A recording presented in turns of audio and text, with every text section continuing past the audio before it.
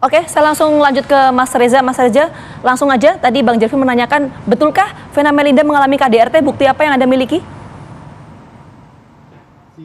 Pada prinsipnya seperti yang sudah disampaikan sebelumnya, proses hukum ini sudah berjalan.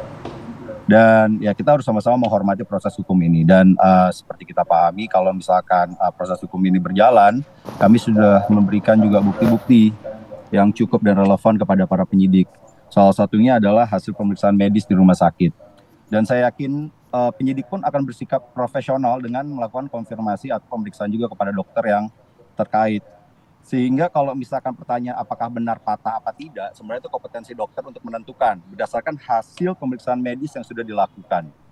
Cuma kalau dari pihak kami yang udah pasti adalah ada kejadian di mana menyebabkan Ibu Vena ini mengalami pendarahan dari hidung. Dan ini adalah poin kita untuk mendaftarkan dugaan kekerasan tindakan rumah tangga kepada kepolisian. Itu sih kalau dari saya. Terima kasih.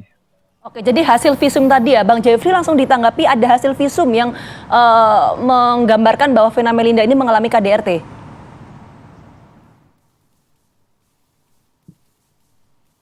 Bang Jeffrey? Halo, bisa dengar suara Ya, saya? silakan Bang. Halo. Bisa, Dengar, Bang. silakan. Begini, Bang Jeffrey? Dari jawaban dari rekan kuasa hukum pelapor, ini kan kurang jelas.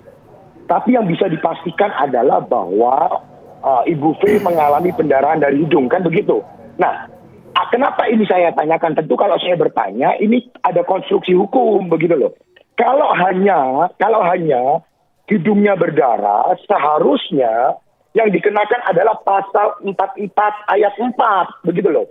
Saya bacakan, pasal 44 ayat 4. Dalam hal perbuatan sebagaimana dimaksud pada ayat 1 dilakukan oleh suami terhadap istri atau sebaliknya yang tidak menimbulkan penyakit. Saya garis bawahi ya, yang tidak menimbulkan penyakit atau halangan untuk menjalankan pencaharian atau kegiatan sehari-hari dipidana dengan penjara paling lama 4 bulan. Nah, kita lihat nih sekarang kan, dari Ibu V sendiri sudah bisa melakukan aktivitas, sudah muncul tuh di TV-TV kan begitu. Maka tidak terhalang aktivitasnya sehari-hari. Makanya pertanyaan saya, ada nggak penyakitnya begitu loh. Kalau cuma hidungnya berdarah, apa hasil pemeriksaan dokter sehingga kasus ini bisa terang benderang supaya berita-berita itu tidak menjadi liar. Sekarang kan ditanya kan mengatakan bahwa Ibu V ini mengalami tulang hidungnya patah atau tulang rusuknya retak kan. Ini berkaitan dengan penerapan hukum dalam pasal yang dilaporkan. Kalau memang tidak ada penyakit dan tidak ada halangan untuk melakukan pencaharian, seharusnya diterapkan pasal 44 ayat 4. Dan itu ancaman hukumannya adalah 4 bulan, begitu loh.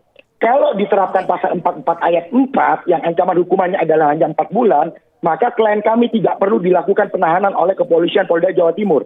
Ini menjadi poin penting. Kenapa? Kita sekarang berbicara penegakan hukum. Tentu ketika kita berbicara penegakan hukum, kita berbicara unsur-unsur dalam tindak pidana.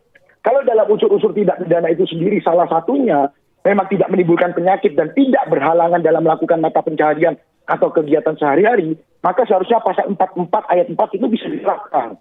Sekali lagi, kami tidak mau negatif thinking dulu begitu loh.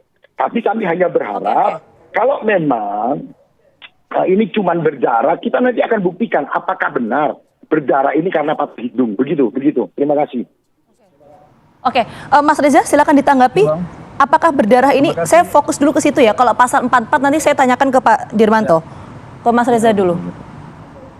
Terima kasih pada rekan kuasa Saudara Ferry.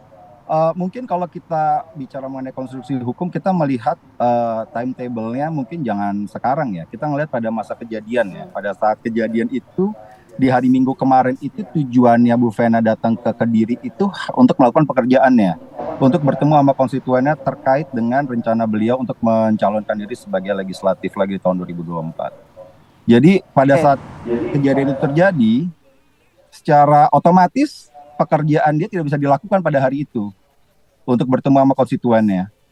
Dan aktivitas dia juga akhirnya terhalang pada saat kemudian beberapa hari kemudian dia masuk ke rumah sakit. Cuma beginilah, kalau kita bicara undang-undang, ya memang mungkin ada perdebatan karena ada versi masing-masing. Cuma yang kita pahami, yang udah pasti saya jelaskan tadi aja, pada akhir di hari Minggu itu aktivitas dia dan pekerjaannya sudah jelas terhalang karena tidak jadi ketemu konstituen yang sudah dia janjikan beberapa hari sebelumnya. Lalu kemudian kalau kita bicara mengenai 44 ayat 1, itu kita bicara lagi untuk pelarangan di pasal 5 di undang-undang yang sama, di mana salah satu adalah menyebabkan rasa sakit. Di mana salah satu yang dilarang adalah kekerasan fisik yang menyebabkan rasa sakit. Itu pun sudah memenuhi dengan adanya fakta yang kita bisa lihat jika Bu Vena mengalami pendarahan dari hidung. Lalu kemudian fakta yang saya sampaikan tadi, kalau misalkan di hari yang sama, di hari Minggu itu pada saat kejadian, akhirnya Bu Vena terhalang kegiatan dia sehari-hari atau aktivitas atau pekerjaannya. Dari saya begitu aja, terima kasih. Oke, baik, terima kasih Mas Reza.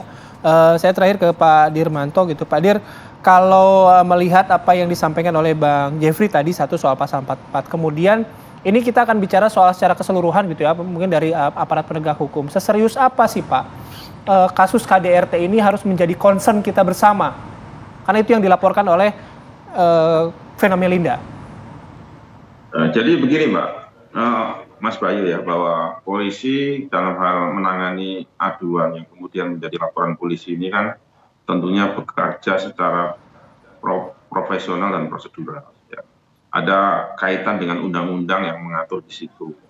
Dalam hal ini penyidik berkeyakinan dan bersikukuh bahwa kejadian tersebut melanggar beberapa pasal di dalam undang-undang KDRT, yaitu pasal 44 dan 45 Undang-Undang Nomor 23 Tahun 2004. Baik itu kekerasan fisik maupun psikis. Silakan nanti mekanisme terkait dengan hal ini kan bisa kita ikuti terus di persidangan, seandainya nanti terus ya kasus ini sampai ke persidangan. Namun demikian kan ada juga hal lain yang perlu kita catat di sini, bahwa kasus ini kan bisa juga dilakukan restorasi justice, ya, bagaimana Perpol nomor 8 tahun 2021. Jadi mari kita bersama-sama ya mengikuti prosedur yang sudah ditentukan oleh aturan hukum. Demikian.